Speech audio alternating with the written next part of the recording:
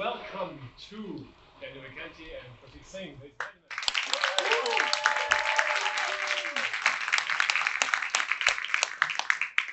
We're very thankful that you are here again, the second year in a row, and that you brought Prateek even with you. Although I sent you a very annoying, not very tasteful whiskey afterwards, still we cannot hinder you from being with us. This is great. Welcome again. While the others arrive, come in, guys. Let's go. This year we're going to have the pleasure to have these two experts in all kinds of agile and lean and Kanban stuff for 2 hours, not just one. And we will start with a little bit of an introduction, a little bit of a presentation that I will give, so both of them can introduce themselves, and I can introduce you to the whiskey that we have that we are going to taste today. And this being said, roughly, I can find my mouse anywhere. There we go. Roughly, the agenda looks the following. So we have a little bit of an introduction round from Prateek and Daniel, and then I'm going to explain a little bit about what's the format, which is not very complicated. And we're talking a little bit about what's in our glasses, so what's the whiskies here, what's the whiskies the guys are going to drink if they drink some. And then it's all about your questions, your topics. What do you want to know? What do you want to talk about? This can be whiskey, this can be just as you wish. Nothing too complicated.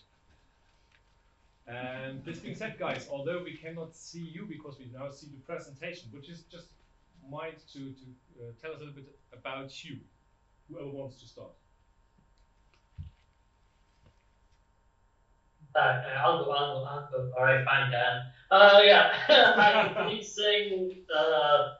I started my career off as a developer about 20 odd years ago, and I've been doing development, agile management stuff for all that time. Dan and I have been drinking whiskey together and doing the Drunk Agile podcast for a while. But probably what you all know me most for is I come along with Nisha. I take care of our German Shepherd Nisha, and that's my primary occupation. Yeah. Thank you, Prateek. And how about you? My primary occupation is making sure that Prateek says all the right stuff. So thanks. My name is Daniel Prateek. So glad to be here. Thanks again for the invitation, Alex. Been doing this agile stuff for way too long. Been doing the Kanban stuff for a little bit less than that, and been doing the metrics stuff, flow metric stuff for a little bit less time than that. That's really where I've been focused on in the past, I would say 10 plus years, is how do we use flow metrics for continual improvement. That's where I believe that improvement comes from.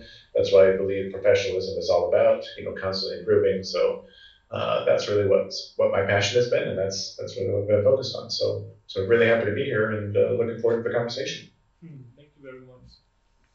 And it's really great to have you here. All the three of you, of course.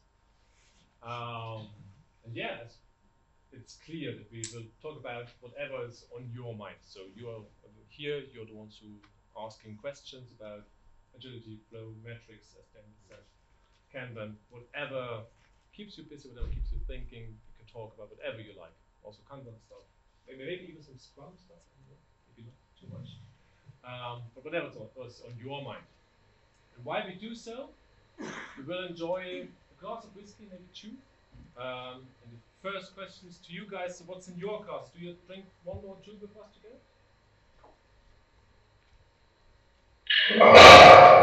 It's a bit early for me. We can go grab some if you want. If you like, only if you like. I know it's kind of early, it's just mid of the day, your time, so just if you want. If not, it's awesome. Right now we have water, so depending on your questions, that might change. Okay, so when you're about to go to the whiskey section in the back, then we know it's going to be the right questions, maybe. Yeah. Very cool. Okay. But this will not hinder us from drinking whiskey. of course, because I know people like it.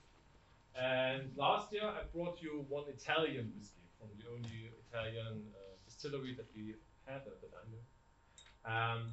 And I witnessed within 1 hour these 2 bottles were empty quite fast. So this year I brought you 3 different whiskeys, so you have quite a range to taste from. And I will not talk too much about them, just so you know what we have in the glasses, what you could have in the glasses. We have a German whiskies from Slur, from the Schliersee, Bavaria. Which is quite a good one, at least for Germans. And this is a single malt, 3 years old, not peated, kind of fruity taste. And so is the Japanese whiskey I brought to you, which is a blend, not a single malt, blend of more than 100 batches, which is really very balanced, tasty whiskey. I like it very much. Also very fruity. And for the ones who like it a bit more peated, I brought to you kind of a standardish Scotch from Talisker. Very fruity, finished in port casks.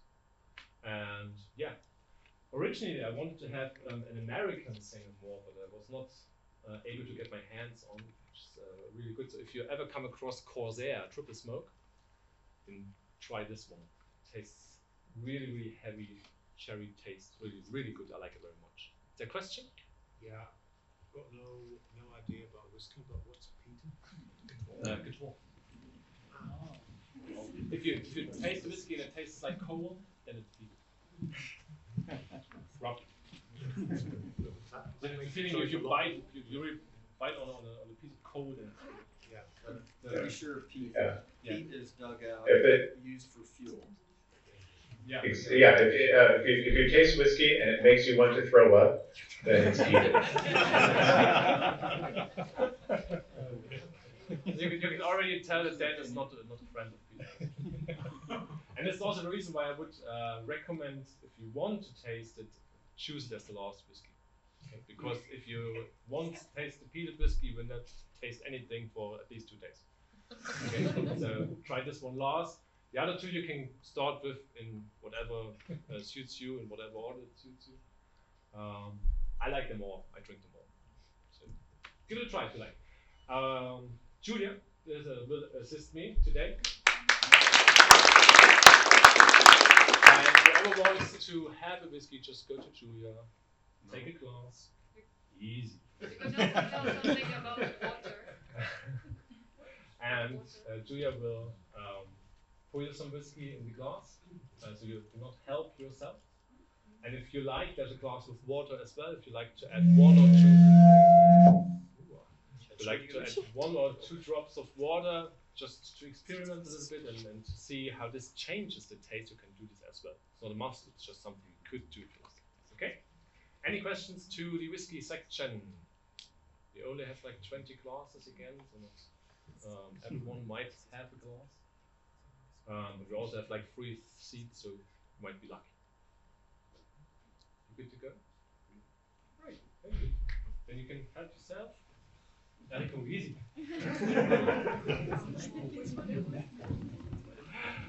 And I will change back the picture. Yeah, we can see our speakers here. Yes.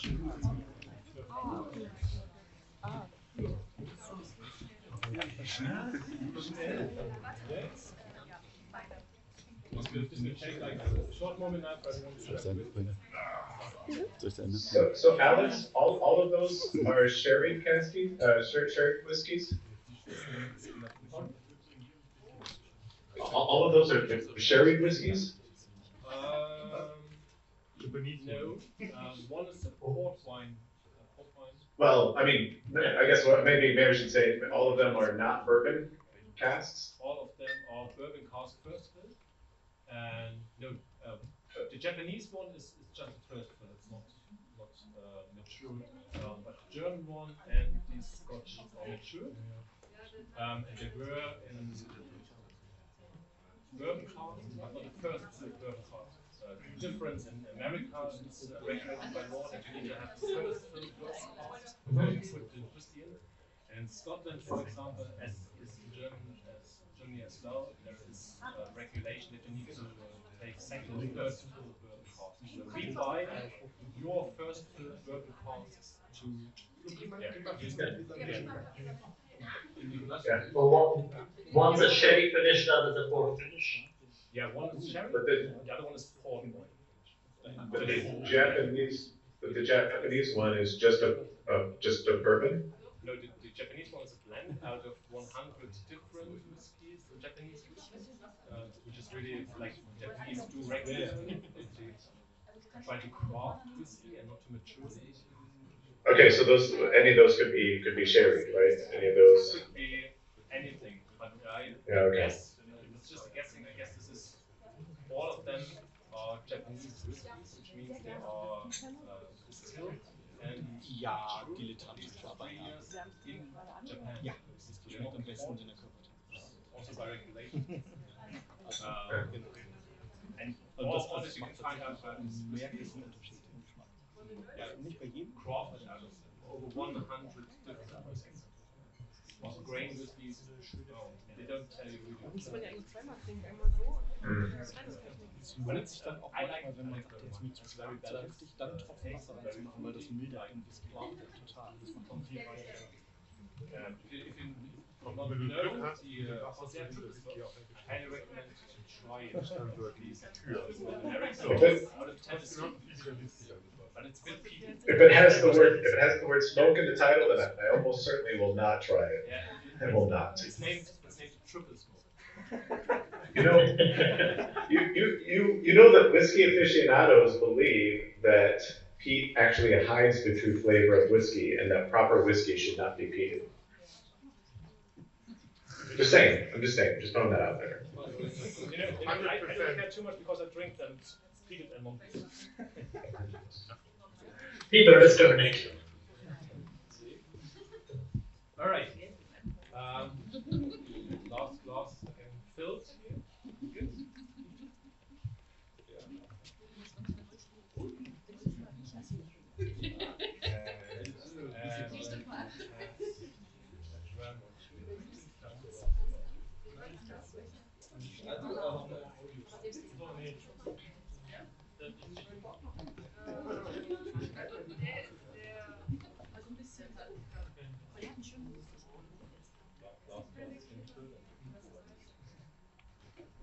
Sludge.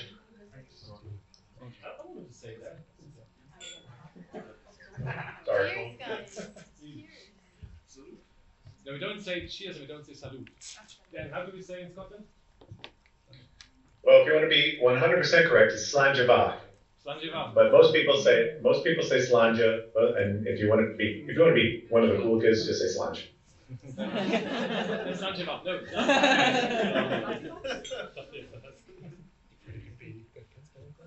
No.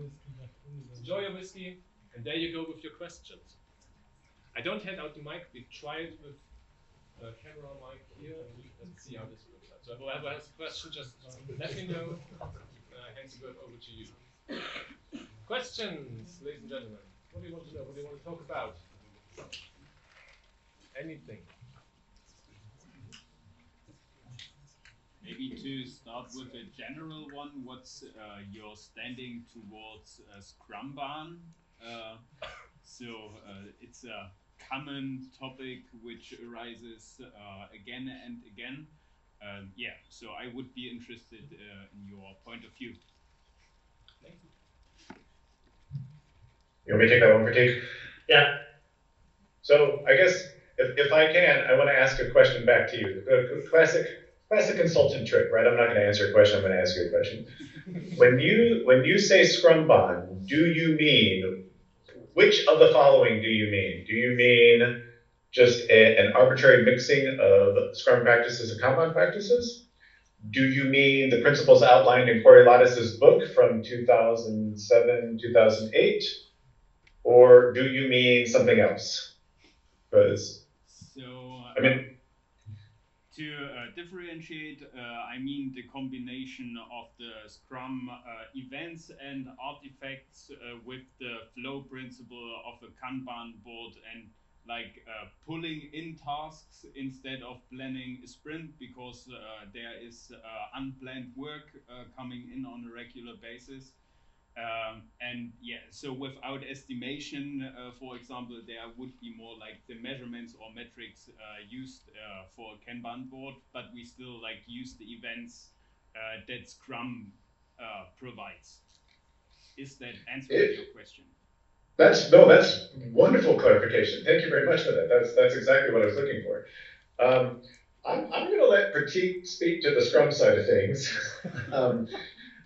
I will say this: if you are in a situation where you have to do Scrum, where that's what your organization is doing, there's no way around it, then never say always, never say 100%. But I'm 100% convinced that if you're in a context where you're forced to do Scrum, the only way to be successful with Scrum is to introduce flow principles. One of the biggest problems, or from my perspective, so many problems with Scrum, and I don't necessarily want to get into slinging mud or whatever, but one of the biggest problems with Scrum is that if you look at the Scrum guide, it tells you a wonderful job of how to set up a sprint. It does a wonderful job of telling you how to tear down the sprint. It is pretty much silent on what to do between those two things. It says a little bit, but it's pretty much silent. And so if you want to be successful at achieving flow, or if you want to be successful at product delivery, I guess I should say, then you have to achieve flow within this sprint. You just have to. And so that's my thoughts. If you're in a situation where you have to do Scrum, then there's no other choice but to bring flow practices with it. That's my 2 cents. I don't know, Prateek, what do you think? Well, I would. I don't want to be the spot for defending Scrum once you started that, but yeah, if you're doing Scrumban, then ideally you're doing it exactly the way you just defined it, which is you're doing the Scrum stuff and then adding in the Kanban stuff. Eventually, though, I would look to the team to go, okay, now which of this is superfluous? Which of these practices are superfluous? Which of these are unnecessary and we can do a good job without them and start removing them? But to begin with, if you're doing Scrumban, that's what you want to do full Scrum, full Kanban, and then remove things. I wouldn't say what I would remove, but yeah. Yeah, and so to be clear, just I want to be clear. What I'm talking about is Scrum with Kanban. That's what I'm talking about. I don't. That's why I was asking. I don't really know what Scrumban means, or Scrumban. If people say Scrumban, if it were me, I would call it Ban Scrum instead. But that's my take. But in all seriousness, I don't. People talk about Scrumban. I really don't know what that is. I do know what it means to take Scrum and mix in some flow principles on top of Scrum, though. We can talk about that if anybody wants to. Does that answer your question? Yeah, answers my question. Thank you. Perfect. Other questions? Yes, please. I'm working as a consultant, IT consultant for financial services, and SAFe was a thing for the last years, let's say so, and now it's the discipline Agile. Have you heard about this, or like it's just a new? Popped up like a few weeks ago in our company, and everyone started talking about this and said this will be the new SAFe. So, what do you think about it? What do you think about discipline Agile? Because like, I don't know.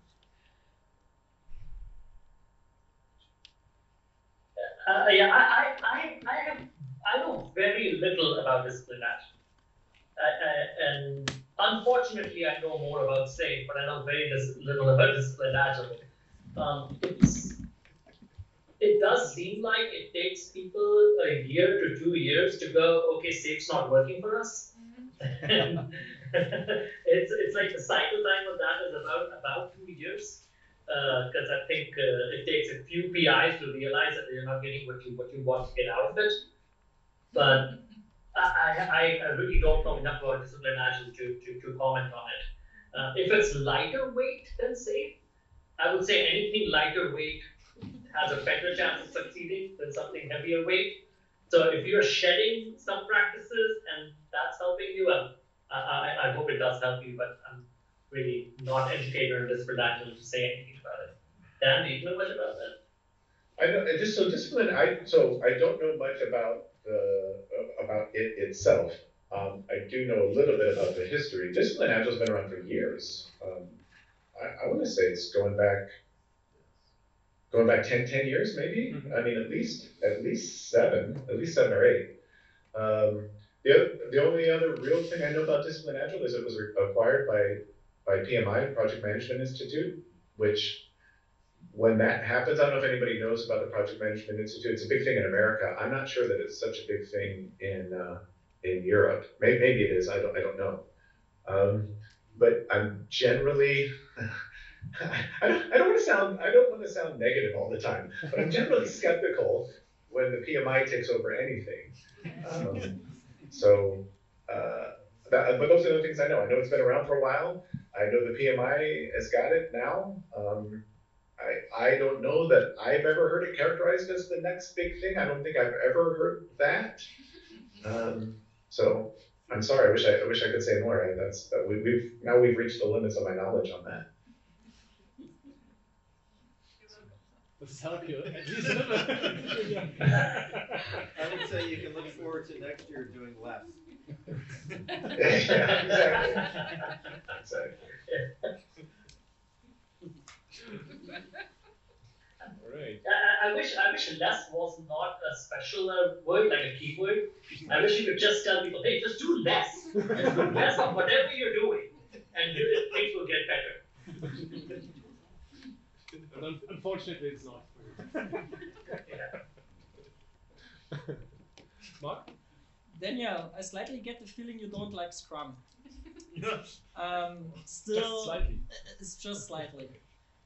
Still, I think a lot of people in this room work in organizations where they use Scrum and maybe even coach Scrum. Can you be a bit more specific why you are not a big fan of it, and maybe also compared to the flow aspects that you are see as a way better option to be successful?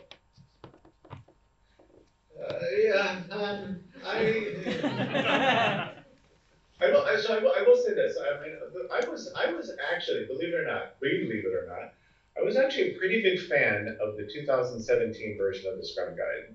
That's the Scrum Guide that I learned Scrum on, or Scrum against, I guess I should say. And if you go back and you read that document, it reads very much like a flow document. It reads, the language is much less prescriptive. They allow for much more flexibility in the framework, et cetera, et cetera, et cetera. I believe that Scrum has taken a huge, this is just my opinion, by the way. I believe that Scrum took a huge step backward with the release of the 2020 version of the Scrum Guide. It became much more prescriptive, it became much more rigid and less flexible. It got very much away from those flow principles. So I could probably talk for the next 2 hours about all the things that frustrate me about Scrum.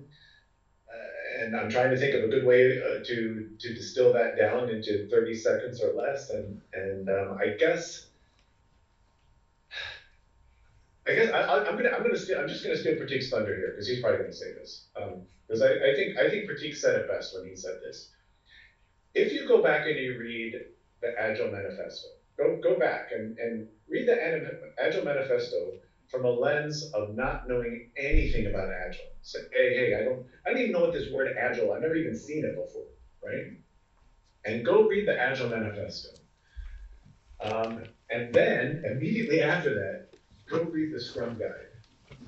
And the point that Prateek likes to make is no logical, rational person would ever take the Agile Manifesto and then say, okay, the Scrum Guide is the implementation of the Agile Manifesto. I mean, in general, I think Scrum takes us further away from Agile, rather than I think how most people think about it. They think it's about a recipe to do Agile. They think, hey, as long as I follow this recipe, I'll be Agile.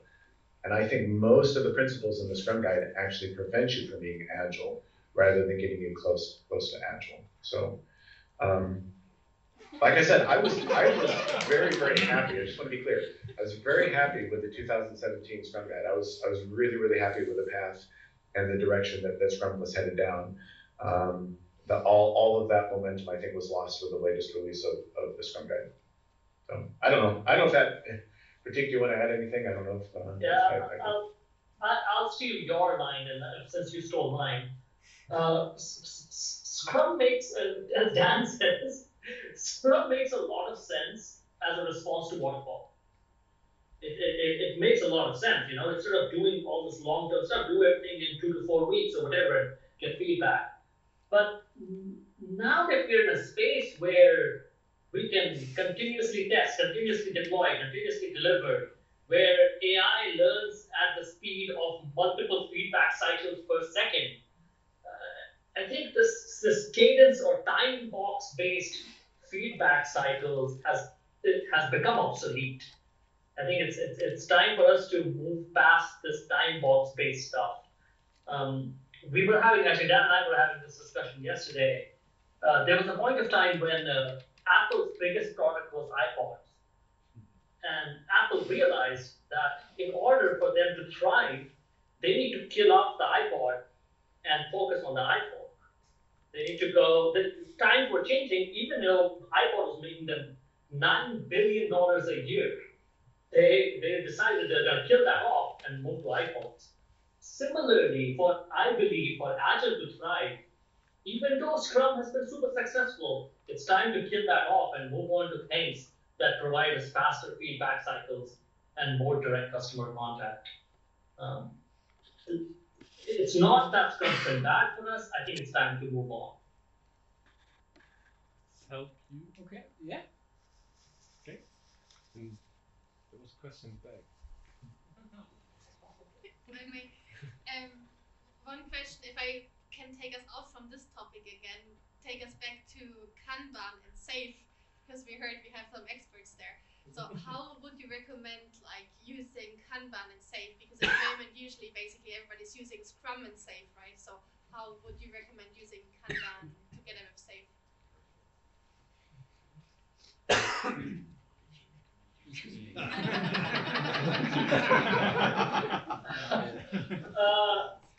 The way at the team level it's kind of easy. I think even SAFe says at the team level you can do whatever and you can do Kanban, and even SAFe has a prescription for how to do Kanban badly at the team level. But at the team level they don't care. I would say and that you can use Kanban to remove SAFe at the higher levels. If you start managing your entire portfolio as a Kanban board, if you start managing what you're calling right now a release train as a Kanban board, if you start managing those deliveries on Kanban boards, you can slowly start removing other things that are added onto it and kind of have Kanban boards on top of Kanban boards. I don't know if this is going to work or not. We like to say there's turtles all the way down.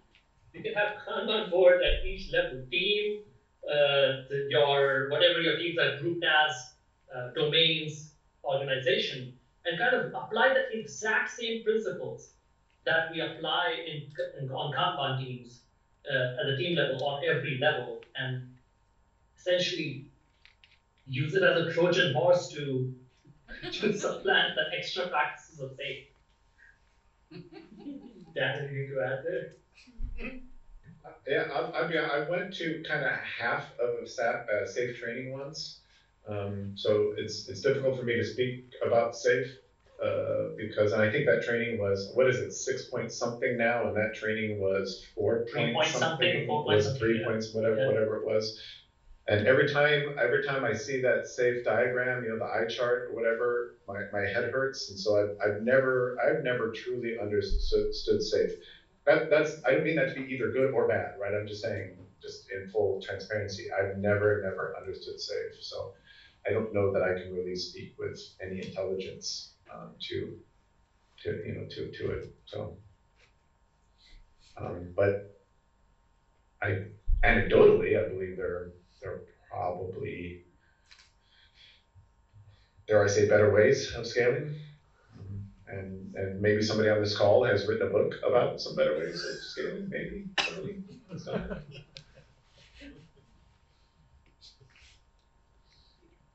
I really don't know if we answered your question. I think we just threw a bunch of stuff at you. I don't know if we answered. Yeah, I know. Yeah. Can I ask a follow-up Yes, of question? course. Fine. Challenge these guys, they need it. So Yeah, basically, we're not drunk yet. Not yet. So basically, SAFe is mainly about managing dependencies, right? And Kanban at the team level is basically you have a product which doesn't have any dependencies. You can do everything yourself, right? So how do you manage with Kanban boards dependencies in a potentially SAFe or whatever scale framework, right?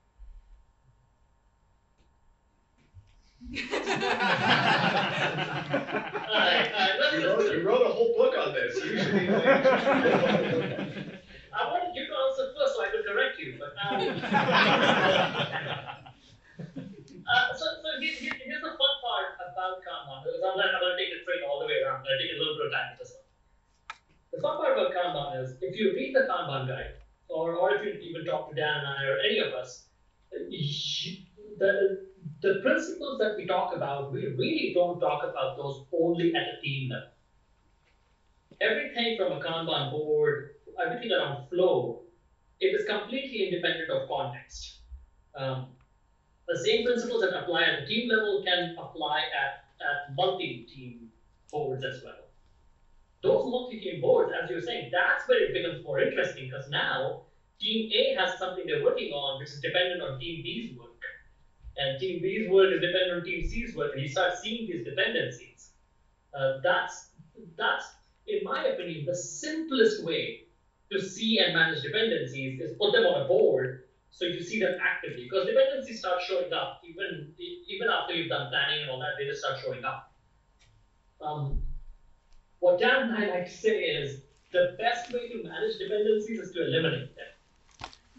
And the amount of time we spend managing dependencies, the amount of time we spend in planning for figuring out when a dependency will be done, it costs us a lot. And even after we do all that, we are wrong most of the time anyway. Because we see that, oh, this dependency will be done here, it actually gets done 20 days later. It just always happens. So the best way to manage dependencies, in our opinion, is to eliminate them. So when you put up the Kanban board that has multiple teams on it, you'll start seeing all these dependencies. Now that starts giving you hints towards maybe we need to be organized differently so that the number of dependencies that we are seeing on the board gets cut down by half. How do we do that? Let's try to remove dependencies instead of actively manage them, instead of like figuring out when they are and how they're going to affect us. That's a very long-winded answer to say, put a Kanban board that has multiple teams on it, see the number of dependency lines that are going across, and try to eliminate them. Dan, anything to add? At the risk of being even more long-winded, the dependency elimination point becomes just extremely obvious once you get into forecasting. And so this is the one thing, and again, I don't know anything about Scrum, but my understanding that's part of the point of PI planning is to figure out what we're going to do for the next, is it called a PI? For the next, whatever that is, 3 months or whatever that is. And then as part of that planning, we're trying to map out the dependencies or whatever to do that plan.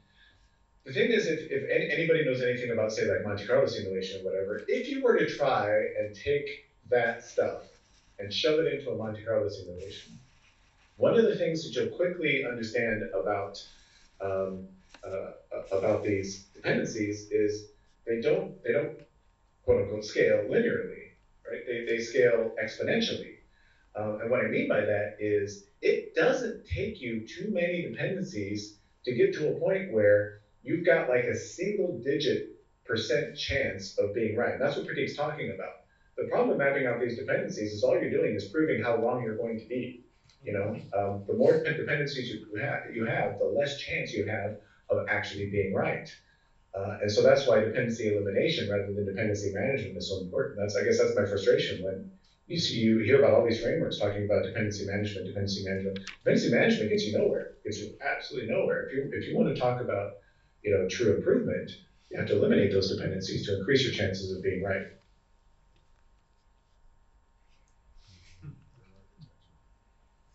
period. Okay. Yeah, that was very interesting, but I'd like to go back. What you said means nothing to me.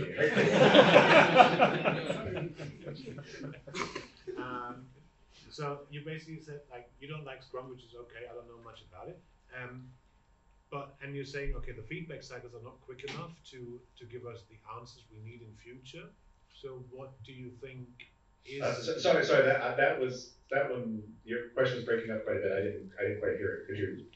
Okay. Could you repeat it, please? Yeah, I'm going to try to speak a bit louder. So before the last two questions, you basically said that Scrum is not giving us the speed of feedback cycles that we need with the technology advance that we're going to get or already having. So what is or what will be, to be more precise or less precise? Yeah. Yeah, I think that was something that Prateek said, but I'll jump in and put words in your mouth. Yeah, I know. So the point was, Scrum. So the Scrum Guide itself talks about delivering something in 30 days or less. Most people have taken that 30 days or less to mean 2 weeks. Even though the Scrum Guide actually does not prescribe, what that is. But most people have taken that to mean their sprint length should be 2 weeks, and at least once every 2 weeks we should be delivering something. What's even worse than that is most Scrum teams, at least the Scrum teams that I've encountered anyway, and I'd love to hear from all of you in your experience. Most Scrum teams take that to believe that, to mean that we can only deliver once, and we can only deliver once at the end of the sprint. So that means at most we're probably delivering once every 2 weeks. And the reason I say at most is because when you did your sprint planning, you probably got all that wrong, and you're lucky if you're delivering anything during the sprint at all. Now it turns out the Scrum Guide, at least the way that I read the Scrum Guide, doesn't say that you have to deliver at the end of the sprint. It says you can deliver as many times as you want during the sprint. So the thing is, if you can deliver as many times as you want during the sprint, well, then why can't you plan as many times as you want during the sprint? And turns out the Scrum Guide says you can actually, it doesn't actually say you only plan at the beginning of the sprint, So we're doing these things multiple. I'm probably planning multiple times during the sprint. I'm probably delivering multiple times during the sprint. I'm probably reviewing multiple times during the sprint. At some point, you have to question, well, what is that fixed length time box really buying me? If I can do all of these things, what is that fixed length time box really doing me? Because not only am I doing all these things, as Prateek mentioned, we should be doing all these things. In today's world, there's no excuse for not doing those types of things. So the replacement for the prescription of Scrum, and especially the fixed length time box known as a sprint, is a more just-in-time, whip-limited, or whip-controlled, flow-based approach. That's and that's what we've been evolving to. Prateek talked about waterfall. Waterfall was big batch and big planning. Scrum was smaller batch, but still pretty big batch. We need to take that to its logical conclusion and get this to, like I said, just-in-time, whip-controlled, flow-based. That's the replacement, and we can do that. We have the technology. I don't know, Prateek, help me out. Yeah, I think the key point for me is most teams do a review only once a sprint. That for me is a key point. To me, the review is the key feedback mechanism. Well, what if you could review every time you delivered an item instead of only once a sprint? That is a more faster feedback cycle. Whenever you deliver something, you can review. Rather than binding that to just the end of a time box, can we do that, as Dan was saying, can we do that more continuously? After that, the time box doesn't make much of a sense. In fact, I probably wouldn't have much of a problem with Scrum if it removed sprints. It might not it'll essentially be the thing that we talk about. There might be a couple of things in there, but I'll have less of a problem with Scrum if it removes sprints. Yeah. We can keep talking. I can keep going if anybody wants to hear. I'd much rather. Go ahead. Yeah, I'm probably going to prove a horrible person to ask this because I usually don't work with developing teams. I've been trying to introduce agile ways of thinking into people that don't use code and do meaningful work sometimes. Yeah. And so what I'm hearing is basically, or what you're proposing is, the more transparent I work and the shorter the review and feedback cycle is, the quicker I can deliver something to my customer. So in classic consultant work, that's basically every meeting I have with my client, I need to show them how wow, I've hired someone smart. So he's going to show me some kind of result. Every time I have a meeting, and every time I do that, I can give feedback to the next, until the next meeting. So we don't work in sprints, but we basically work from meeting to meeting, whatever, and that basically gets dictated just by who has time to have the next meeting with the client. So that's how I would describe my cycle of work. And I can never tell you it's going to be 2 weeks or 3 weeks. Sometimes it's 2 days. Sometimes it's a month. And if I need the CEO, well, then it's 6 weeks. Because I don't get a meeting with that person the next day. So that's kind of what you're saying if I take it out of dev teams? Yes. Okay. That's I think pretty close to exactly what we're saying. What you're touching on here is this notion of variability and variation, and this is probably the fatal flaw of the fixed length time box is we're trying to take highly variable work and try to fit it into a fixed length time box. There's tons and tons and tons and tons of research out there that shows you whenever you try to do that, you will fail, right? I mean, that's just you just don't take highly variable work and try to chunk it up into fixed length time boxes. The only small tweak I would say to your language, but I completely agree with what you're saying, is I would say the goal would be that every time you meet with you meet with your client, you've got something to show. Whether you're able to meet that goal or not is a different story. Ultimately, I'd love to even get it to where it's a little bit more pull-based. It's like, when is, like you said, when is the client ready to receive this, and can we be ready for when the client is ready to receive it? I think that might be the ultimate thing that we want to get to. But absolutely, as much as as much as we can be ready to show stuff to our client, and when our clients are ready to see it, that's the goal, right? That's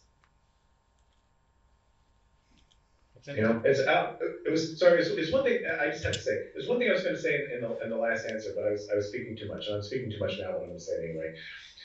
One of the arguments that I always hear, and it's probably the most common argument I hear about why sprints are good, and especially what Prateek was talking about, having one review at the end of the sprint, is because I hear from product owners, they say, well, I like the certainty. I have that meeting on my calendar, and I know it's going to happen. I like to have that certainty.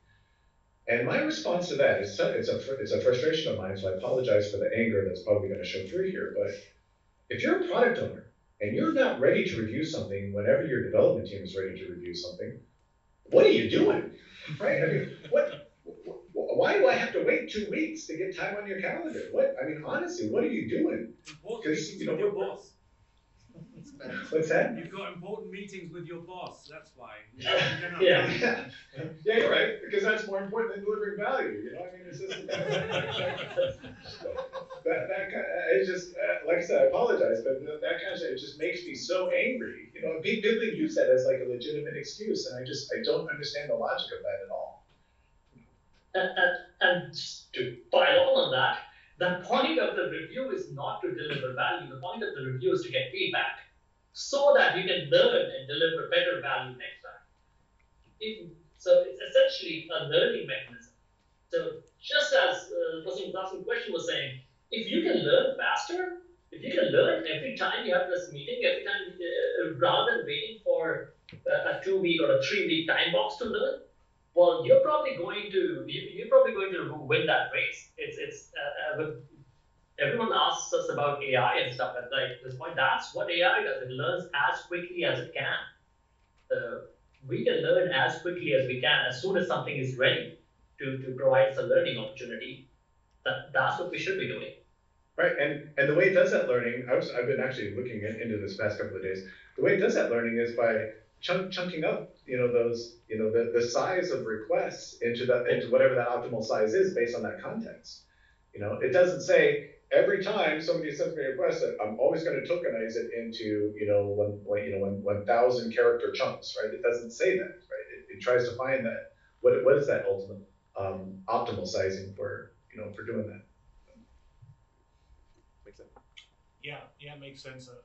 I've got a colleague he's very organized, and he's always trying to. His answer is to get better results. We need to organize everything better. I'm not very organized, so I can never really take his part seriously. So yeah, it's going to help me a lot. Plus, if you chunk down the size of what you deliver, man, billing is perfect. Yeah.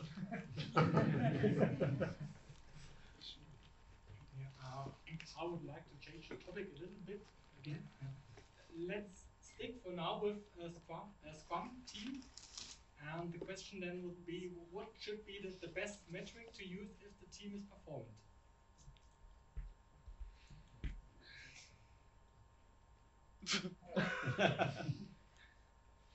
Prateek, do you want to go or you want me to go? You go. I can give you the best metric. I don't know if I can give you the best metric to determine if this team is performing. Was that the question? The best metric to see if the team is performing? Yes. Did I hear that right? Yes. Yeah. So I don't know about that one. The best metric, hands down, most of you in the audience probably know what I'm going to say here. The best metric, hands down, is aging. If you look at the aging of items that is in progress. Assuming you get a handle on aging, that will at least tell you what your process is capable of. And then from there, you can make decisions about what improvements you need to make. Do we need to get more stuff done? Do we need to get stuff done faster? Et cetera, et cetera, et cetera. So in terms of a metric for a team is performing, I don't know that metric, but I can give you a metric to help you understand how to optimize your process, which is, I think, what we should all care about, and that's aging. Yeah, the Scrum part bit threw me a little bit, because to me, if you're a team, whether you're doing Scrum, whether you're doing XP, whether you're doing whatever, your performance should be measured the same way. It shouldn't matter what framework you're using. Whether you're performing or not, the answer should be independent of that. You're a team that's supposed to deliver value to customers. So regardless of what framework you're using, the answer should be the same. Dan and I like to refer to Deming and Stewart a lot, and one of the things that we like to talk about is the voice of the process and the voice of the customer. The voice of the customer is what the customer expects from you, and voice of the process is what your process can produce. So how far off are those two things?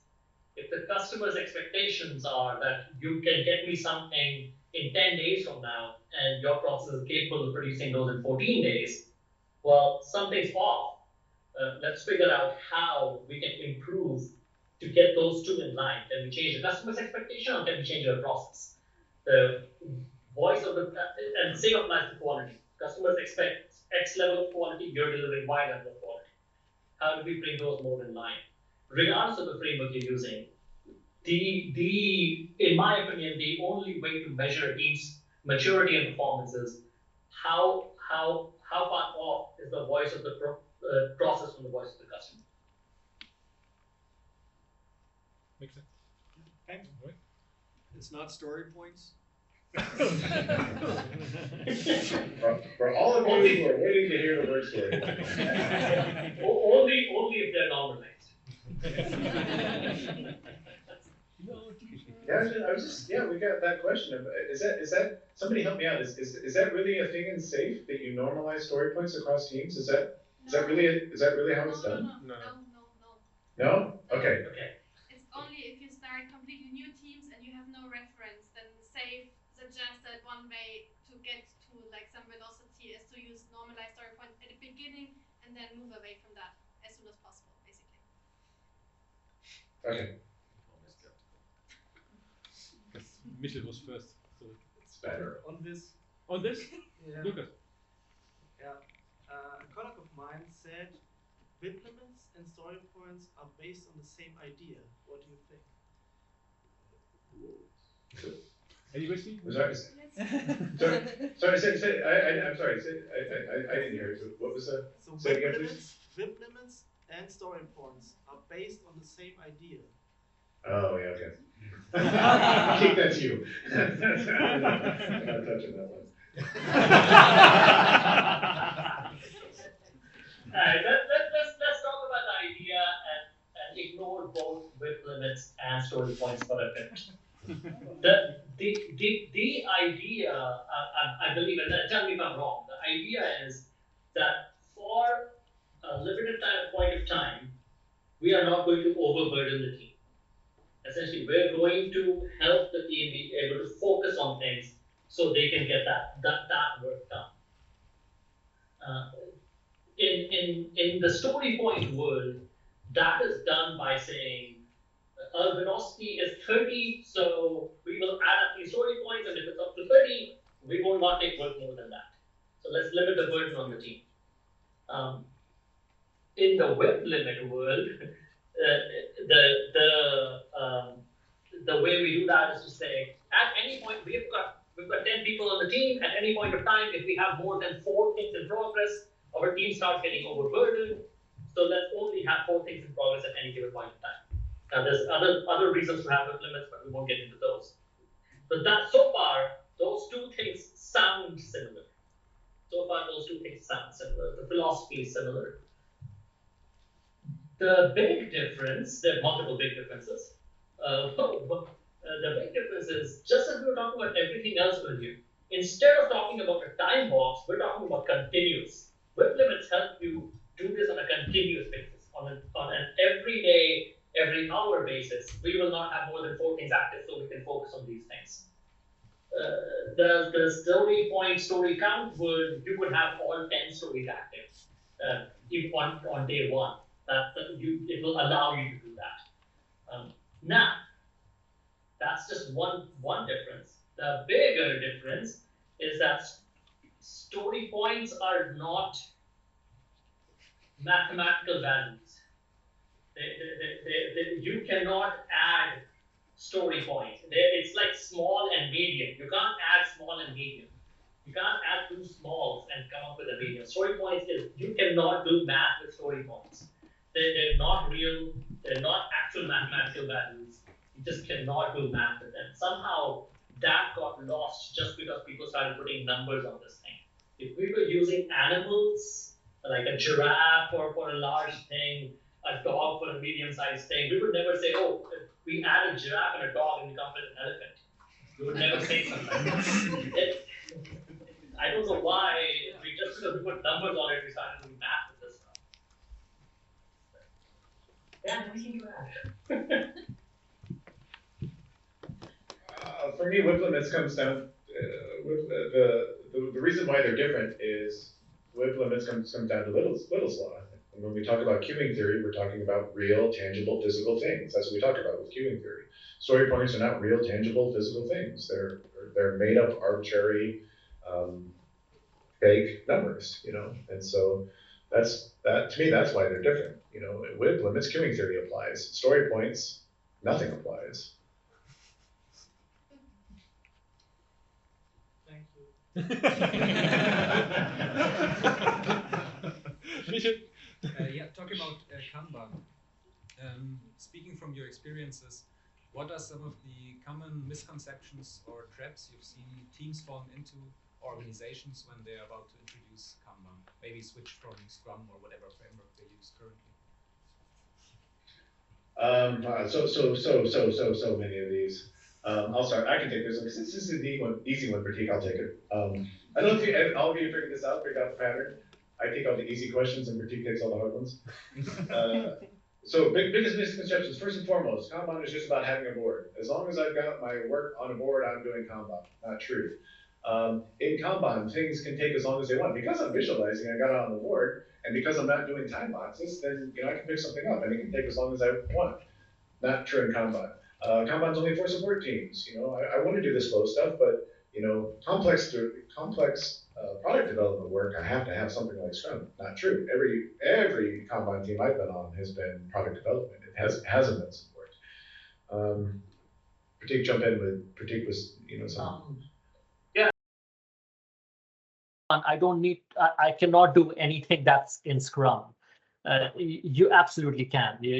Almost every Kanban team I have been on has had a daily, has had retrospectives. Yep. All of them. Yeah. This.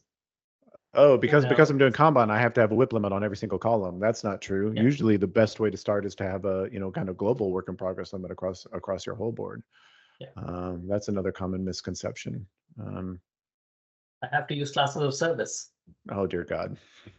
Yep, that's a good one. I don't know. Have some of you heard other ones? Maybe we got them all. I don't know. Yeah. Well, usually when people have been doing Scrum and they want to switch to Kanban, it's because they found Scrum restrictive and they think that in Kanban you can do everything and whatever you want to do. It's not necessarily true. There's still some rules of flow that apply. You still have to manage flow. Otherwise, you're not doing Kanban. If you're not managing the flow of value, you're not doing Kanban. Yeah.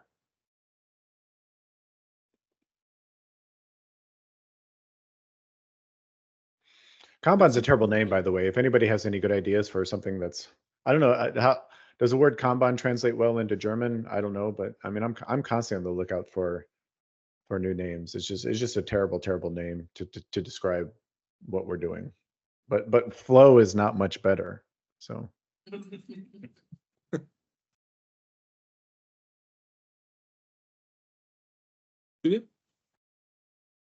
Regarding Kanban, Prateek, you said it's better to eliminate all the dependencies between tasks, but it's impossible. Yeah, for example, I'm working on a project for migration of a huge security settlement system with different modules, let's say so, and it's you have dependencies. You can't eliminate them, so it's not possible. You have break reporting. You have different things to consider. Do we have an alternative, or how else to work on it? Absolutely. I believe there are at least two kinds of dependencies.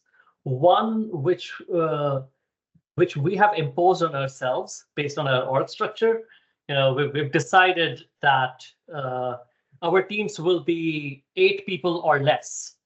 So now we've created a bunch of small teams and they all have dependencies on each other. Well, that's something we can change. We can change that rule. We can say we'll have a team of 30 people so that they can all work together and not have dependencies. There's nothing stopping us from doing that. But then there are the second kind of dependencies, which might be what you're talking about, which is we have to go through a government, a compliance audit before we can release something. We have to go through a security audit before we can release something. Well, those are dependencies we might not be able to eliminate. I would first try to eliminate them, but if we're not able to eliminate those, we at least need to do the thing that Dan was talking about, which is understand the cost of those dependencies.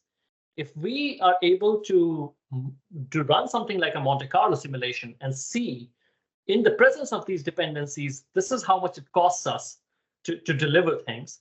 Meanwhile, what if those dependencies weren't there? What would it cost us to deliver things? We can see the difference between the two and go, is this really worth us going in and trying harder to eliminate these? If it's not, we should at least be aware of what the cost of those dependencies is. But as much as possible, usually there are there are some creative things, like I said, creating large teams, or going and looking at the audit logs to kind of change those. There are things we could do to eliminate them, but if it's not, at least we should know what the cost of those dependencies is. Yeah. I'm not sure that the goal is to eliminate. I mean, technically, the goal is to eliminate all dependencies. I think that's technically the goal. Whether that's feasible or not is I think that's what Prateek is talking about. And just in general, I would want to do what Prateek is talking about. If we can put this in an economic framework, put this in terms of how much is this dependency costing us, and how much would it take to eliminate it, and just kind of make decisions that way, because those dependencies are costing us much more than we think that they are. We just don't know it, because people think, oh, we have to have this dependency. We have to, given enough time and given enough money, you can change anything. It's just that's the conversation I want to have is it worth? I personally would much rather invest the time and money in eliminating dependencies rather than managing them, and I think that's what we're saying. So we were advertising this because Daniel said, Prateek, you wrote a whole book about some kind of scaled Kanban approach.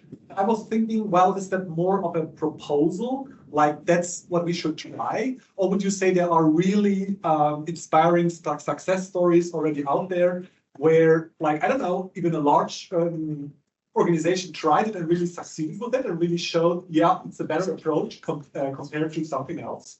That would be my interest. Yeah, we have. Dan and I wrote a case study, I think about 8 years ago, probably something like that, on our on when we did this at a pretty large company. I don't remember what the size was when we left. I think it was 13,000 or 20,000, something like that, employees, and that's what we did. We did the in fact, that and Dan's previous experiences and my experiences after that are the ones that were the basis of that book. I mean, we've been able to do this, so this is how we went about doing this. It actually all comes out from that case study, and I will say it requires a lot of executive support for them to be able to say, you know what, I want to actually simplify things. I don't want to just bet on something that other people are doing. I want something that's tailored to our context, and build out these boards and use those. But we've definitely seen it work in multiple locations. Prateek, do you want to add the title of your book, maybe, just for clarification? Yeah. It's called Scaling Simplified. That's the name of the book, Scaling Simplified. Title says it all. There's not a question, please. No. Question about something you said earlier, Prateek. You said, like, let's eliminate as many dependencies as we can. And one of them is, for example, you can reduce dependencies by just not introducing, by just not having small scale teams. But why not have a team of 30 people? I would very much like to hear a bit more how that would work in practice, because I've tried running retrospectives with like 15 people, and that was a spectacular failure. So I wouldn't know how to run that with 30 people or even more.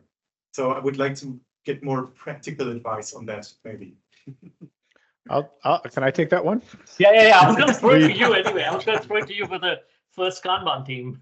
The very first product-based Kanban development team, and I'm happy to dig up the picture. I can find it somewhere. It was 60 people. We had 60 people. Every day we had our stand-up, and we got that stand-up done in less than 15 minutes. Sorry? In 15 minutes? Really? Really. 100% really. Wow. Yes. How? Yes. Pay attention to aging. That's the answer to everything. Pay attention to aging. Just look at aging. If you look at aging in the context of flow, that's all you need. Don't need to go around the room and, hey, what did I do yesterday? What am I doing today? Right? Don't need to do any of that. As a team, we need to come up with a plan, and that plan is based on what's going wrong with flow. And how do we know what's going wrong with flow? Look at aging. I mean, it's ridiculously simple. I mean, from my perspective, it's just so simple. as an industry, I don't know why we haven't gotten this yet. Retrospectives, you know, again, if you're looking at the right metrics, retrospectives wasn't going around thinking, well, what went well, what did not go well, or whatever. It wasn't about subjective opinion. Let's pull up a cycle time scatter plot and let's see what that cycle time scatter plot is telling us. Let's pull up a cumulative flow diagram and see what that cumulative flow diagram is telling us. And we were able to suggest change based on those metrics. The flow metrics are a game changer. That's why I focused on them for the past however many years, because they are the tool that we need to leverage for continual improvement. All this other stuff is kind of agile theater, lean theater, or whatever, you know. I'm happy to talk through that more too. If anybody wants to see the picture, I do have photographic proof, evidence of this. Prateek's the same way though. I mean, Prateek, you were on a team of however many people, and Prateek would get his stand-ups done in 2 minutes and 18 seconds. I mean, he was like, he was the king of short stand-ups. Yeah, because all the time we're spending in stand-up, we're spending not actually doing the work. Stand-ups just to figure out what's the most important couple of things we need to focus on as a team. Everything else is going nicely, great. Things are good. Then so whatever 30 odd people we had on the team, then just got back to work. And in fact, that one of the things with retrospectives, we used to do just-in-time retrospectives. When something took a long time to get done, as soon as that thing finished, the 5 people who worked on that thing got together, had a retrospective. Great. And then they will collect the information from it. And then when we have the big retrospective, that information will all be there, and the entire team can see, oh, what have we learned, and what that made our retrospectives continuous, so that when the whole team got together, that retrospective was done in 20 minutes because we'd already talked about the stuff. So it's every time you think of any event, any ceremony, whatever it is you want to call it, think about how can I make that more continuous. As you make it more continuous, team size becomes a non-issue. Thank you very much. If anybody wants to see it, I found the photograph. I don't know, Alex, if I'm allowed to share my screen. Yes, please. Yes, please. So, I always tell this joke. I mean, it's like very early on, I learned if you want to run a really large stand-up and get it done in less than 15 minutes, you have to have a really, really good-looking person who's facilitating it for you. See here, you see everybody smiling? Do you see how everybody's smiling and laughing and having a good time? Except for this guy who's got a camera shoved in his face. He's not very happy about that. But everybody else, happy and smiling. It's happy fun time. So that was. You can't see, there were some people actually out in the hall. There's some people behind the guy who's taking a camera. I think if you count everybody who's on screen right now, it's about 40. At its peak, this team had about 60 people in it. And every day we got our stand-ups done in 15 minutes or less. On Fridays, we even had time for trivia.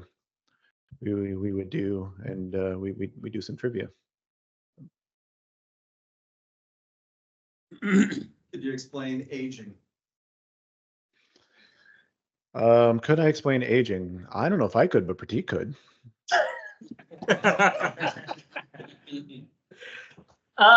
It's exactly as it sounds.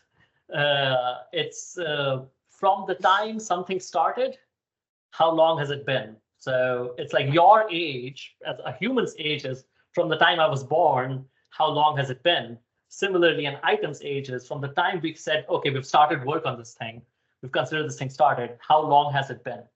So if let's say we usually get things done in 10 days or less, and this thing has already been in our system for 8 days, well, it's about to be much bigger than majority of our work. What do we need to do about it to get it done as quickly as possible? Meanwhile, if we started something yesterday, that might not be as big of a problem. That's probably flowing the way we expect it to. So aging is how long has something been active with us, but then we put it in context of how long has it taken us to get stuff done in the past and use that to make some decisions. Do you have a favorite way of visualizing aging? Just to make it like impactful, to get teams to go like, cool, that's something I probably shouldn't be working on. Dan is already looking to share the screen. That's got pictures. Always. Dan always has pictures. Good, that one. And everybody see my screen? It takes a second. Yeah. Now we can see it. It looks like a common tool. Could you tell us something? Yeah. Who knew? Who knew? Yeah. Unfortunately, yeah. Insert your favorite Agile lifecycle management tool here, and for the most part, they don't look at aging. Jira kind of does a hack, but it's not even. I mean, it's a hack of a hack. It's like a meta hack. It's so bad. But this is So this is an aging chart, and this chart exactly what Prateek was telling you. It shows you for every item that's in progress. It tells you what state of the process it's in, what stage of the process it's in, and how long it's been there. And how long it's been in progress. So, for example, here's an item that's in analysis done, and it's been there for 10 days. It's been in progress for 10 days. Not that it's been in analysis done for 10 days, but it's been in progress for 10 days. This item is 12 days old. It's in dev done. It's been in progress for 12 days. And as Prateek's saying, as these things get older and older and older, we gain some information about them. And specifically, we understand, hey, is this thing flowing the way that we expect it to? Is it flowing like we've seen stuff in the past? Because if not, that means that probably means there's something different about this item. So do we need to do something about it? Do we need to swarm on it? Do we need to break it up? Is there some dependency we don't know about? Is it even valuable anymore? Should we be kicking it out of the process? Because the older these things get, the more urgent those conversations should become, because it's a fundamental principle of flow. I don't say this enough, but it's a fundamental principle of flow. Is delay begets delay. The more an item is delayed, the more chances there are going to be that it is going to get delayed further. So that's the last thing you want. It's one of the lessons that Prateek never learns about flying. He always wants to have 2 or 3 connections when flying. Here's a person who understands dependencies and age and everything like that, but he won't take a nonstop flight to London.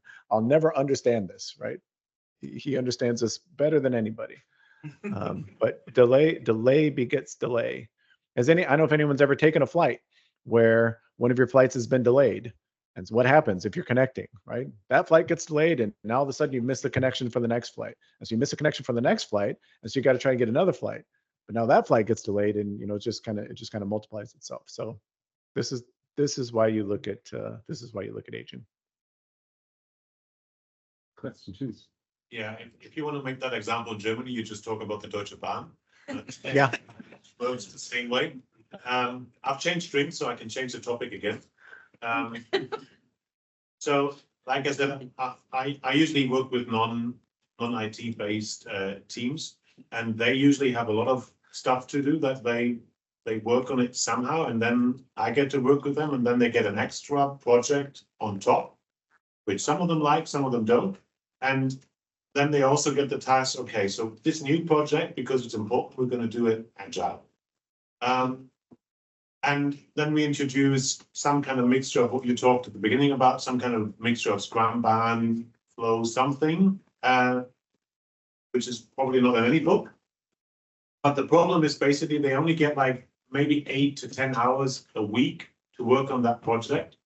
But we still introduce all those meetings, all those sometimes rigid rules. And I think that happens to a lot of people that don't just work on one project, but they have 2, 3, maybe more than that.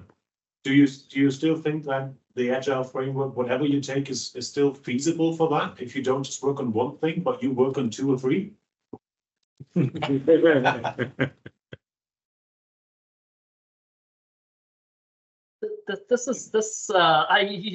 You're describing a typical problem that I think Agile was kind of designed to solve, but ended up not solving, in my opinion.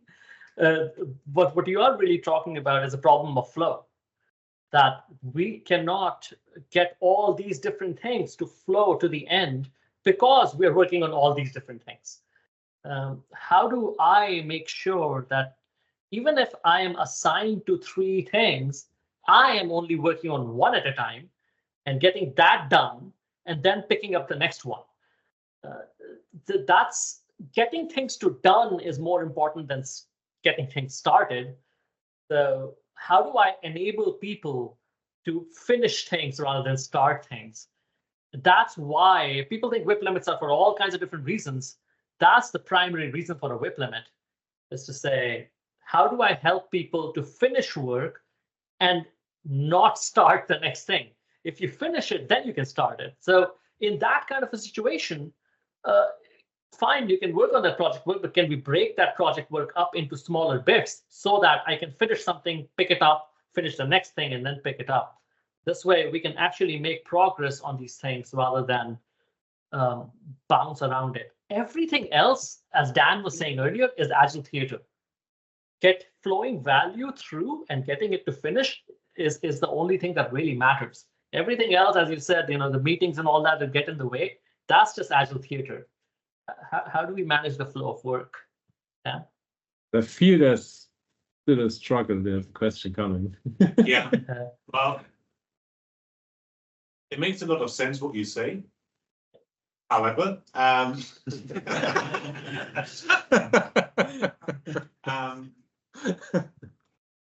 might be able at the company that I work with to make that happen, but the clients aren't. I can't control the way that they manage the projects that I'm not involved in, and they do dictate the pace of their work, which in the end forces me as a consultant company to take more than one project. And so I end up with 3 to 6 projects. Yeah, so it's in an ideal world, yeah. In my world, not so much. Dan, you want to take that, or can we keep going? You keep going. I mean, I've got a couple thoughts, but you keep going. Keep going. Yeah. And I mean, 1, I don't envy you. And 2, I don't blame you. But if that does happen, still, even in that case, our best strategy is to work on only one thing at a time and get it done. Now, we can tell the customer that, hey, yeah, I've got all these lined up. But in order to get something done, our best strategy is still to work on one thing at a time and get it done. But if you are in a situation where you cannot, I would not expect things to go smoothly in any case. That's the beauty of learning flow, is you can see how bad things are going to be in that kind of a situation, and you can actually set expectations accordingly, to say, oh, you've got me working on 4 things. Things are going to be pretty bad. I would expect things to be pretty bad. Yeah. That's where the drinking part gets very important. Yeah. Exactly. Yeah.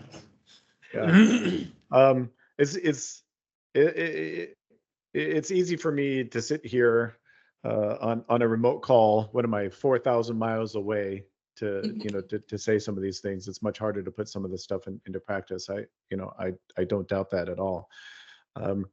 If I were you and I was in that situation, I'd want to change the economics of it. It's like, if my customers are not going to work in a certain way, then I'm probably going to charge them more. And I'm probably going to play around with how much more I can charge them. Maybe one thing is to write it into a contract. I worked with Deloitte in the UK, and they were running into this exact same problem, and they actually changed the way that they did their contracting with their customers. And they said, if with their customers, if you're not going to work in this certain way, then we are going to charge you more because of this exact problem that you're talking about. So there are solutions. I think it just comes down to like I said, the economic feasibility and viability of which one that you want to go after. But yeah, like I said, much easier said than done, for sure. Yeah. Because probably like me, you're not Deloitte, so.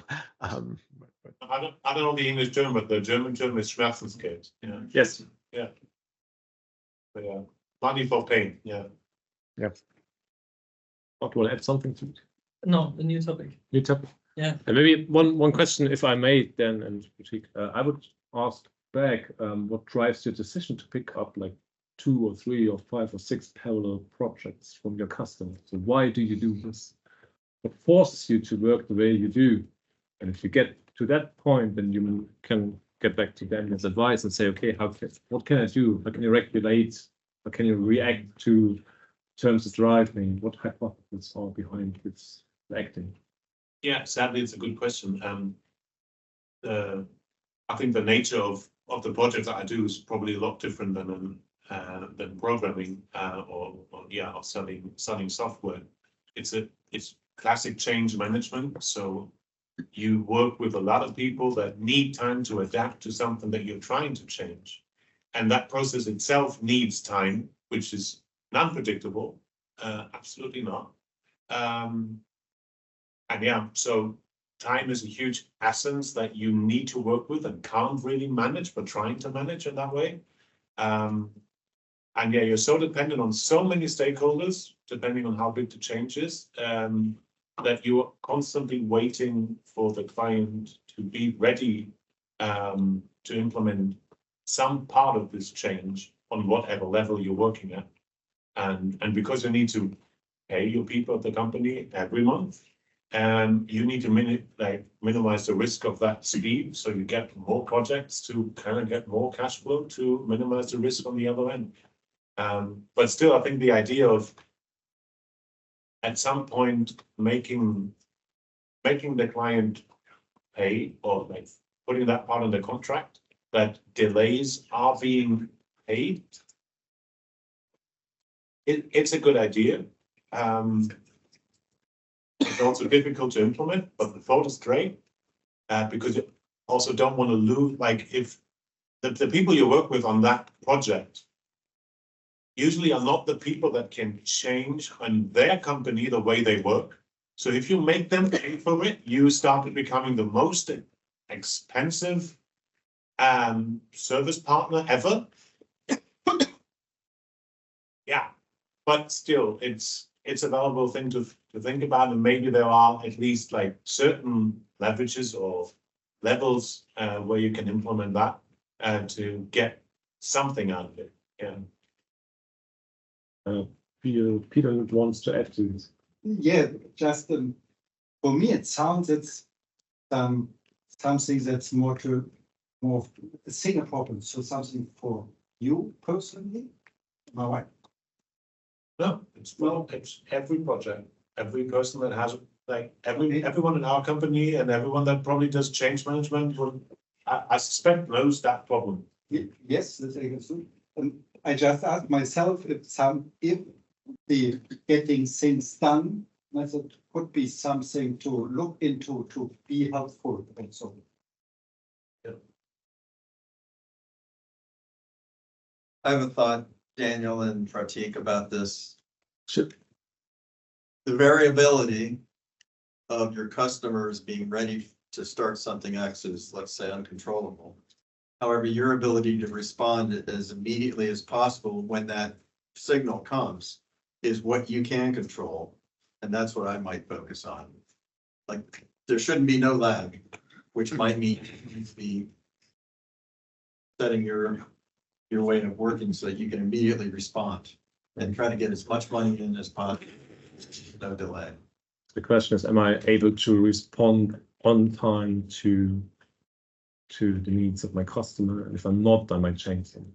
Well, if I may respond to that, I can do that. But if I want to respond, and I think we're doing a pretty good job of replying quickly and trying to deliver something very quickly. But if I would like to perfect that, it would mean that the customer needs to pay me if I'm working or not.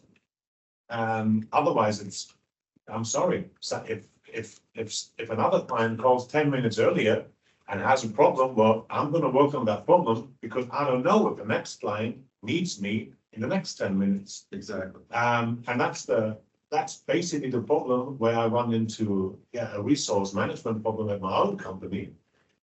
Because I'm working not in dependencies, but just the unknown of when my client finally starts working at something that I've been putting there for a week or two or a month or half a year, depending on the size and how German the company. Rolf wants to add to it. Yeah, well, there are two things that I'm thinking about. Now, the first thing, what you just described, to me sounds a little bit like classes of service as we know it from an airplane. And so if you fly first class, you get everything, you get even written plane, but it's expensive. So if you're like, okay, if you want us to wait like 6 months until you implemented some change step, and then you want us to react immediately on the next step, then you need to pay some time because we need spare capacity for you. We need to reserve this capacity just for you to be there. Otherwise, if you don't want to do that, then it's even not unfair if we are waiting 6 months. I wait 3 to 4 weeks, not until we reply, but until we can deliver the workshop or whatever is the next step that you need. So I think it's an interesting business model from the customer point of view that whenever they need time, they get it. And whenever they think you should jump around and do something, they think you will do it immediately. Just like that. Yeah. Sounds a bit like expectation management. So if what you think your customer might need is really the thing he expects you to do, and in this, like, what's the response time your customer needs? Maybe you're just too fast. They don't need the answer that fast. Yeah, I think it's the thing that is like because they pay us, it's like, well, now you need to jump. It's like something they expect. And yeah, it's something you need to carefully manage. But yeah, I think it's an interesting point of, yeah, telling them how they work and how their culture of working also affects their partners or their service teams that they hire from outside. And yeah, maybe a first or second level support is, yeah, could solve at least a financial aspect of it. And if you have a slow client that pays for first class but doesn't use it, well, even better. Yeah. Anything you want to add, Dan or Prateek? Or correct from what you have heard from us? All good? Yeah, no, I know. I think we're good. Like I said, I can give you opinions all day long, but you know. All right, then we might come back to your question, Mark. Yeah, Daniel, at the beginning of the session, I was a bit worried about your mood. So that's why I was thinking about a question that maybe could lift your mood a bit. I think now your mood is a bit better. Still, I would like to ask this question. It's a bit a deep dive into Monte Carlo and metrics. So I think that's your domain. We do Monte Carlo in our organization with our teams. And imagine, or I need a few words maybe to explain a bit the case. So I want to point to the specific of using split rates. We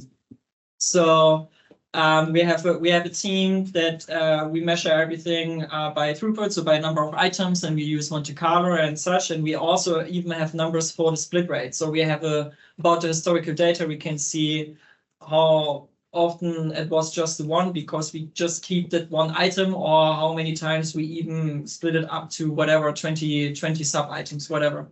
And the tool that we are using for Monte Carlo, and sorry, it's not actionable agile.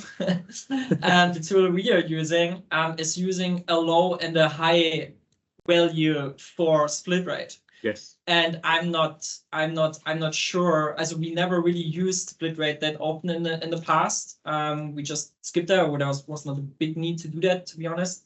But yeah, I'm a bit unsure how to use this because of course you could just use a single value and take the average, which while I'm saying it, I don't like it to do that. I think you agree. But based on this data, how to actually calculate a low and a high value, you know, I would like more going just with a randomized thing again about this historical data, which you would normally do with your kind of throughput of this historical data. Do the same basically for the split rate, but the tool is not doing that. So yeah, what's both the opinion about using split rate and how you do it? Your experience would be interesting. I'm pretty sure I know the tool that you're talking about. And just so you know, any frustration that you feel for me is more toward the tool and not towards you. I believe split rates.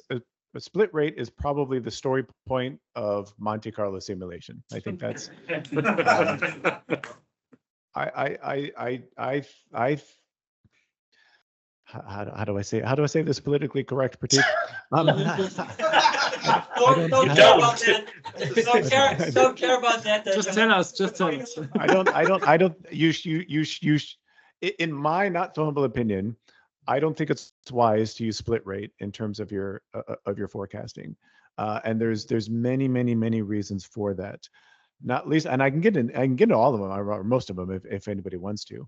But for me, one of the biggest ones is split rate is about figuring out what you should not work on. It's not about figuring out what you should work on. So for example, if I'm working on a user story and I figure out I've got this one user story and all of a sudden now I figured out I've decided this thing needs to be split into 4, that doesn't mean that all 4 items need to be done. In fact, it probably means there's 2 or 3 items in here that we should not be working on. So split rate is not, it's kind of a way to handle scope creep and, scope growth and things like that. But if you think about what the Monte Carlo simulation is doing for us, what it's trying to, forget about split rates for a second. What a Monte Carlo simulation is trying to do is it's trying to tell us, okay, how many things can I get done? I mean, especially if we're talking about, if you're doing split rate, you're probably doing a Monte Carlo when, which is I have a number of items. I want to know when these things will be done. Probably. Excellent. I guess you could be doing is that the situation you're doing? Yeah. Yes. Yeah, we are doing, I'm sorry to say that we are doing Scrum. So, no, it's okay. I mean, I recognize Scrum exists, right? I know that it's out there in the world. And basically, the question is, so how many sprints? So how long does it take? Yeah. And so the thing is, well, one of the ways because you brought up Scrum, I'm gonna maybe shift gears a little bit. Let's say that I want to know how many things I can get done in the next 3 sprints. And let's say that I'm doing 2-week sprints. Well, 3 2-week sprints is 6 weeks. I could do a Monte Carlo how many to tell me how many items can I get done in the next 6 weeks. I could do that. And then now that becomes my budget, right? Let's say it's 20. I can get 20 PBIs done in the next 6 weeks. That becomes my budget. And it doesn't matter when something comes in and it's like, oh, this thing is too big, I need to split it up. The decision you need to make then at that point is, okay, this one thing has just become 4. Do I now want to work on all 4 of those? They're going to count against my budget of 20 things, right? But that's my budget. I got 20 things, or do I want to say, oh, I only want to work on 1, maybe 2 of these things, and those 1 or 2 things count against my budget, and the other 2 go back on the backlog. So split rates in Monte Carlo, I believe, this is my opinion, reinforce really bad behavior. It's, you really should be managing, the size of these things. And like I said, trying to figure out what you should not be working on rather than figuring out what you should be working on. Yeah, a short follow-up question. Maybe it's about how, what is split rate in our case. So it's always like basically subtasks to a certain user story. So when you think about, it's tasks I need to do to deliver a story. I don't know. Yeah. So, so it's basically when you think about like deliver value, which you do when the whole, like the story is pretty small sliced, but it's just like team decides to have smaller subtasks to organize it. A single subtask does not deliver value. When the story is done, then I have value, right? So you would normally never decide to just to do 2 of them when you have 4, because there's no value. You will always try to have all 4 of them to have as fast as possible the value out there, right? So here we are again. It's a bit different definition, or at least how I understood your understanding of split rate. This is like a bit different. You get my point? So like we would never decide to say we just do half of them. We want to always have all of them. So my idea, my answer was to that we just measure on the smallest, on the lowest level. So we basically then, even if it doesn't, then okay, we measure on the subtask level. Could I make an observation, Daniel? You're talking about splitting value. You're talking about dopey tasks. No value. Two different, same word, two different meanings is what I'm observing. Yeah, exactly. What was I saying? Yeah, at that point, I would go in the other direction and say, let's completely forget about split rate and how many subtasks we're splitting into. Let's run the Monte Carlo on the pieces of value. Because that's what our customer cares about. Our customer doesn't care about split subtasks. And at that point, yeah, again, split rate is nothing. Yeah. All right. But I know you say that we always need to deliver all the subtasks to deliver value, but my ask for you would be to constantly question that assumption. And just because one story splits up into 4 more subtasks, I really want you to question the assumption, do we really need to do all of these things? Because at some point you might have way too many subtasks for this story, and that story itself needs to be broken up. Yeah, that's my, I humbly request that of you. Yeah, there's an interesting visualization of that you could potentially do is you could have a story to subtask scatter plot. Let's say 80% of my stories are 4 subtasks or less. Anything that ends up with more than 4 probably should be split. Yeah. Great idea. Yeah. Okay, thanks. Very cool. Since we are already at Monte Carlo, so you have mentioned you would recommend or use this tool to argue to remove dependencies, or at least there's one possibility. How would you use it? Is it the variation of input items, and you can say, okay, if we remove the one which had dependency, we have much better forecast, or is it looking at the waiting time? So how would you use it?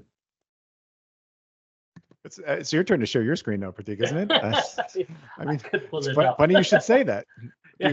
Should we go there? Should we? We can go there. We can go there. That might be. Yeah.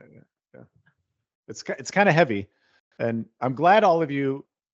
I'm surprised not all of you are sleeping. You've had how many drinks have you? I'd probably be asleep. We still have plenty of whiskey there, so it's not an issue.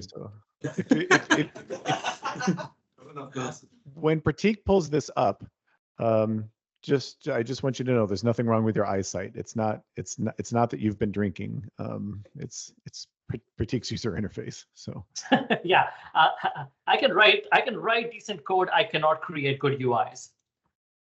What you're seeing here is data for 2 teams. There's a throughput data, and there is due dates, and these are features.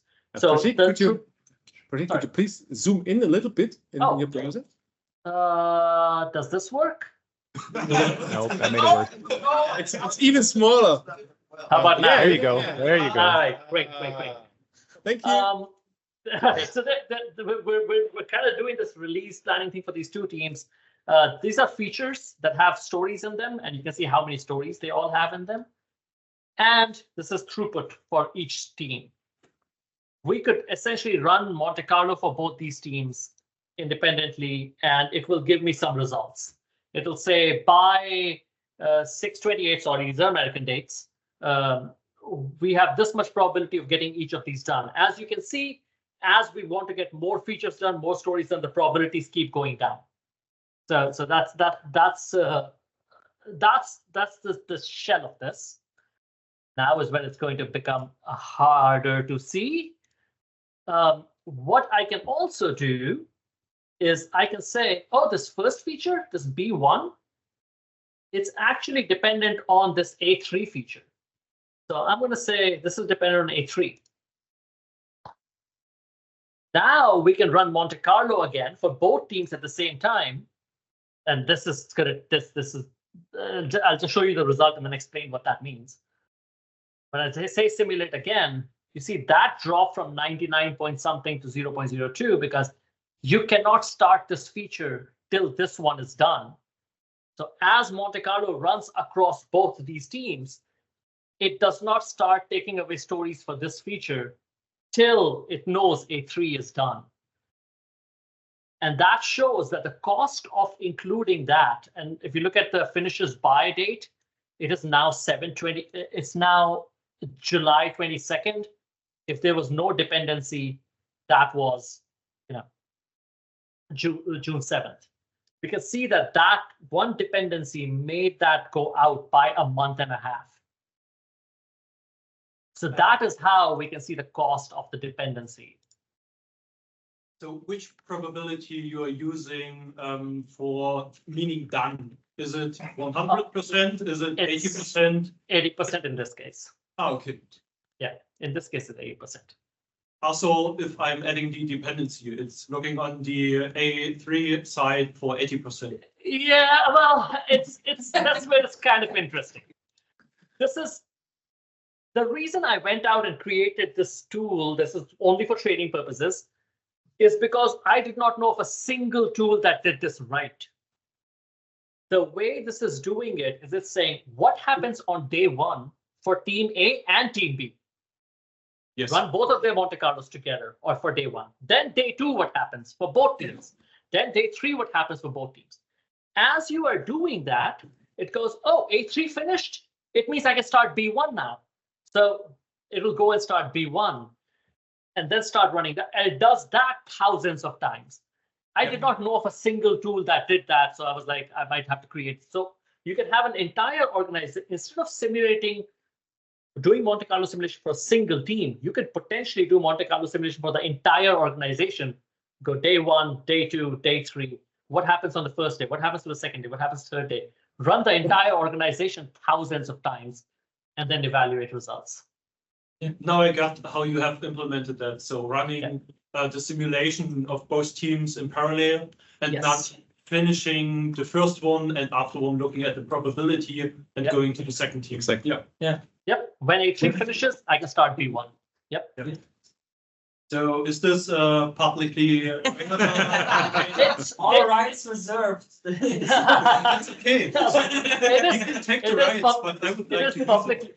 It is publicly available. You can use it. Just know that it is very limited, and because I wrote it, it might break, and I don't do support.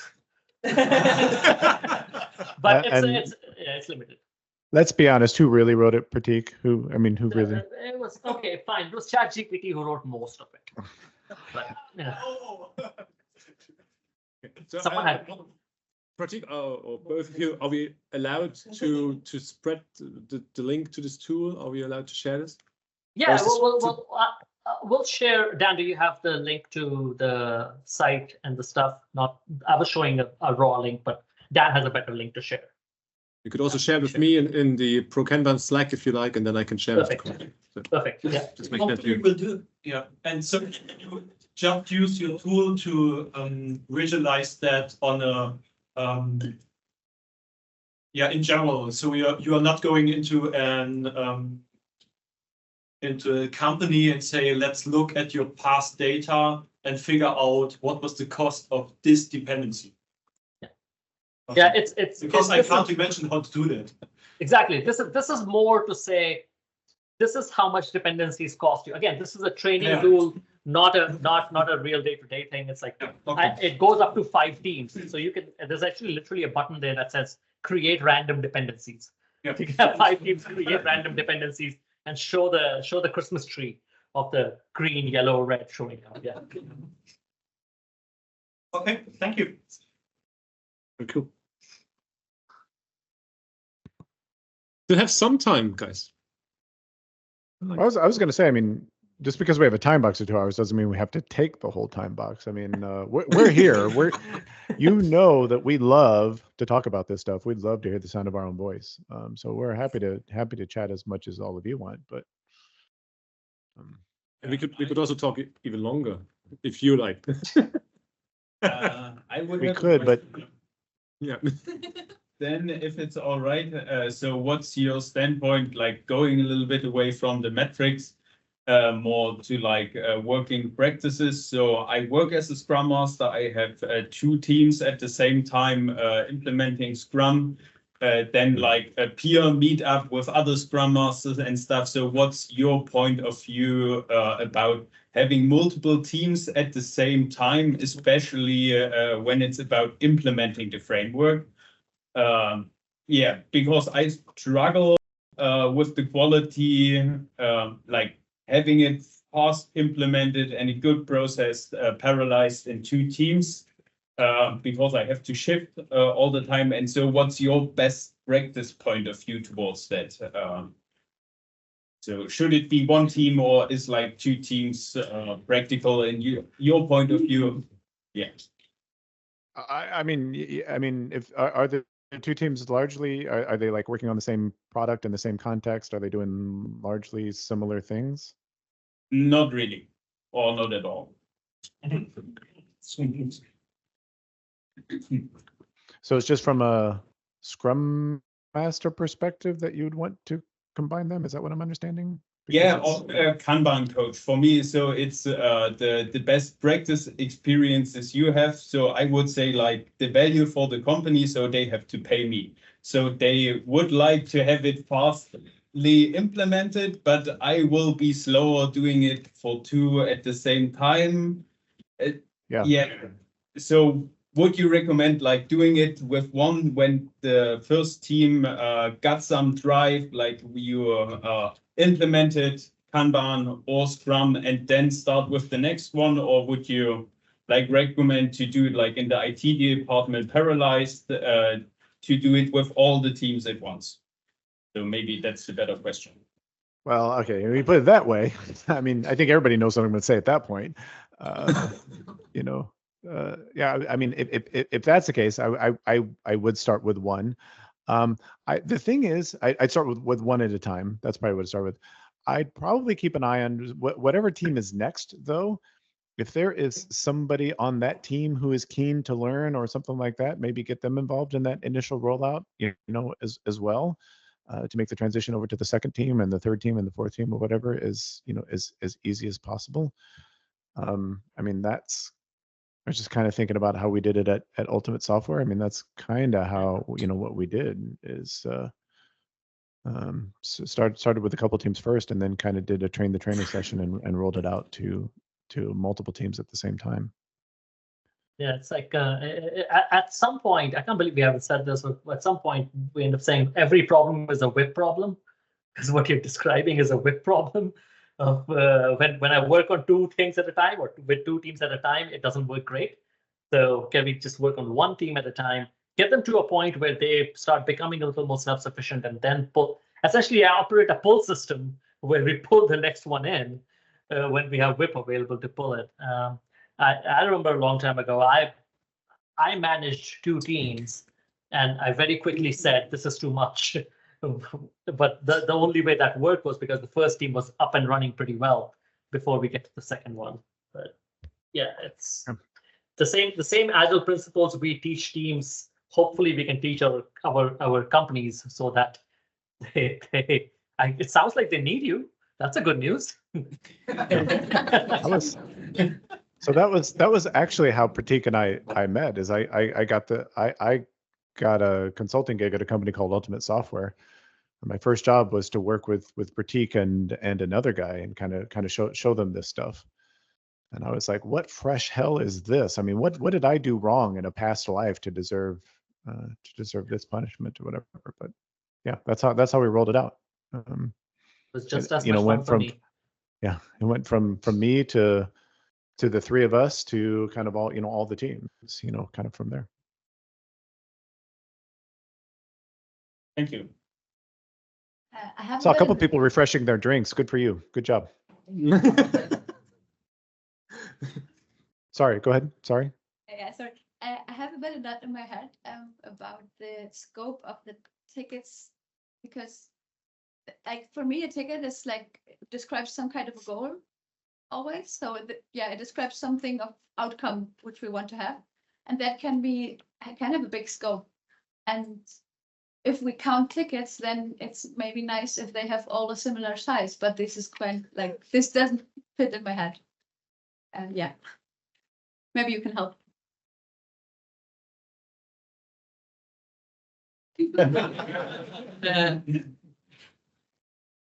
I'll give you a short answer, so Dan can give you the long answer. for some reason we get our minds trick us to think that if we are counting each ticket as one ticket, they all have to be the same size. Turns out that's not true at all. Turns out that's not true at all. Dan mentioned variability earlier. There's going to be variability in our system. There are ways to control that variability, and then there are ways to take advantage of that variability. The stickers definitely do not have to be the same size. But what we're trying to figure out is how many bits of value or outcomes are we delivering, not how much work necessarily we're putting into each ticket. How many bits of value are we delivering? Because as you can think of it, a lot of work could result in very little value, and very little work could result in a lot of value. There's variability on both sides of it. So, Dan? Yeah, I mean, so shameless plug. So while Prateek is absolutely correct, what we do not care about every item being the same size, and I mean that honestly that is kind of a long conversation to explain why that is. If anybody's really interested in that, you can go read up a bunch of stuff on Little's law. Dr. Little himself is very, very, very explicit about this. He talks about how not everything flowing through the process has to be the same size. So while not everything needs to be the same size, because of variability or variation, we talk about not same sizing everything. We talk about right sizing. And we've done a lot of drunk agile videos about right sizing. I think we've written some articles about right sizing. There's a chapter in your book about right sizing. There's a chapter in my book, I think, about right sizing. And this idea of recognizing that there is going to be variation in size. I mean, there just is. There's nothing we're going to be able to do to get away from the fact that there's going to be variability in size. The question then becomes, how much variation is too much variation? So if I've got one item that flows through my process, and it's, say it's an epic that broke down into 4 stories, and I've got this next epic that flowed through my process and it broke down into 88 stories. Well, that's a pretty big variation right there. And so maybe there's something we should be doing to get those things, more right sized, not the same size, not everything to be 4 stories or everything to be 88 stories. But maybe we want, as Prateek was saying, maybe we want 85% of our epics to be 20 stories or less. Take more of that approach, because that's the best we're going to be able to do because of the variation in our system. If anyone wants to learn more about variation, Dan has a new book out. Figured that. I guess this is technically part of our book tour, isn't it? Isn't Yeah, that? I guess that's just follow that. Yeah. Does it help you along? Yeah, thank you. Oh, cool. Yeah, long story short, look up, if you like Google right sizing and just look up a whole bunch of stuff on right sizing. That's really what we're going for. What? Did you already talk about product value? Once I was not in the session, which was I joined later. We haven't really talked about. Yeah, not really in depth. Because there were like 1 or 2 Barcamp sessions today, and in one Barcamp session I had a catchy title, whether product coaching is a successor of agile coaching. And I realized that in the Kanban world, dependent on whether you're in Northern or Southern Hemisphere in this world, product courses and product books and stuff is being produced. So there's the product thing, and I'm pretty sure you have something to say on that. And something valuable to say. Wow, that's something you will judge if it's valuable or not. No, it was a guess, not an offense.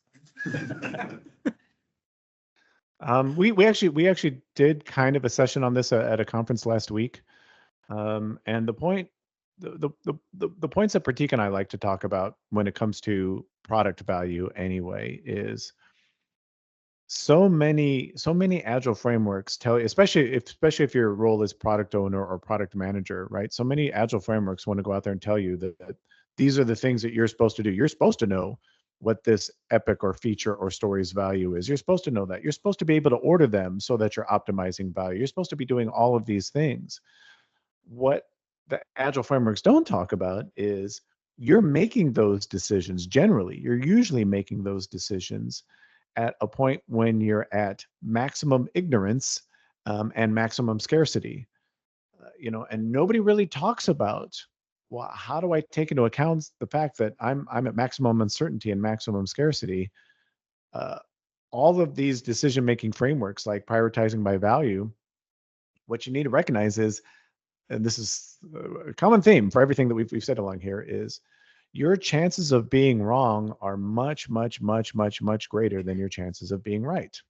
Right? I mean, that's when you're making these decisions up front, which is why when it comes to product, we focus on how do you make, because each one of those things that we're going to work on, each one of those things is a bet. That's the way you have to think about it. This is where Annie Duke comes into play, right? You have to think of each one of those things as a bet.